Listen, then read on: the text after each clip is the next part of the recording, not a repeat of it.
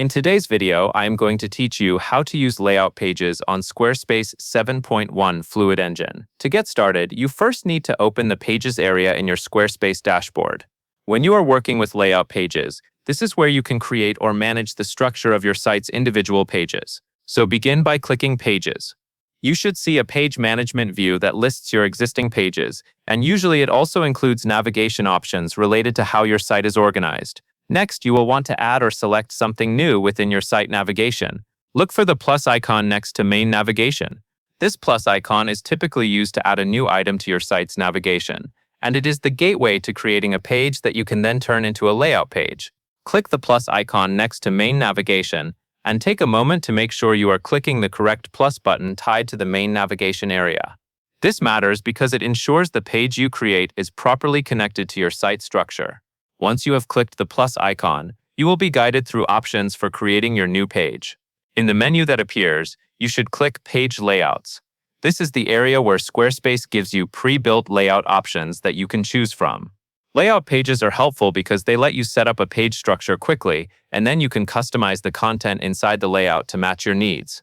Now you will select a layout category and a template. Choose a layout category such as About, Services, or Contact.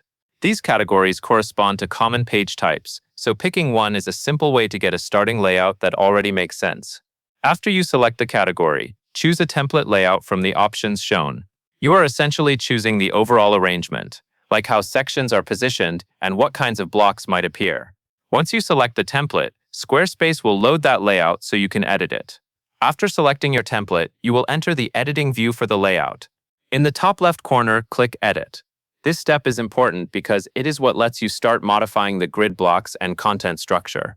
Depending on your chosen template, the page will show multiple sections, and each section will typically contain blocks that you can reposition, replace, or adjust. Now you can modify the grid blocks. When you click Edit, you can look around the page and identify the grid structure and the individual blocks within it.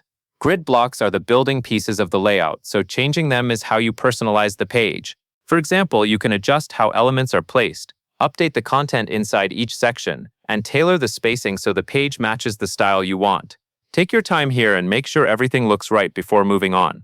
If you see options or handles on the blocks, those are usually the controls you can use to fine-tune the arrangement. Once you are satisfied with your changes, the final step is to save your work. Click Save in the top left corner. Saving is essential because it ensures all of your edits to the grid blocks and page content are applied to the live version of the layout page. After you save, you can usually continue editing later, or you can review the page to confirm it looks as intended. And that is all there is to it. That covers everything you need to know.